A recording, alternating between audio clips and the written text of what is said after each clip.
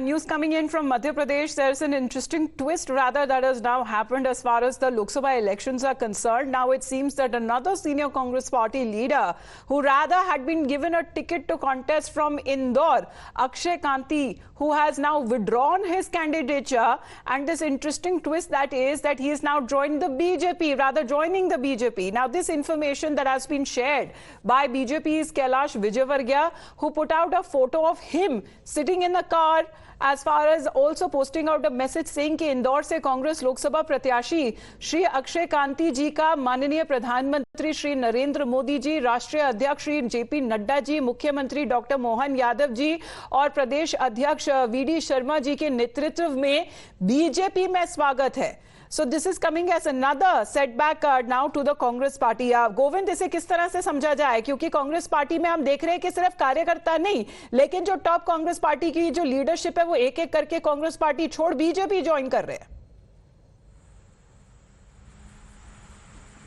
Yeah, absolutely. This is a huge setback, in fact, for the Congress party. You know that Indore seat is quite an important because it's called mini Mumbai, and the importance of this seat, and there were a number of nominees who were asking for the ticket from Congress party. Akshay Kanti Bam, in fact, the owner of Indore Institute of Law, he was asking for the ticket from Badnagar in assembly also. So anger was there at that time too. But now what suddenly happened that he has withdrawn his ticket. In fact, just before a few minutes ago, Ashish Singh, DM of Indore, shared the information that three contenders have withdrawn their tickets, including Akshay Kanti Bam. So this is a kind of big setback. And now the other setback is what Akshay Kanti Bam is going to join BJP party just after few minutes.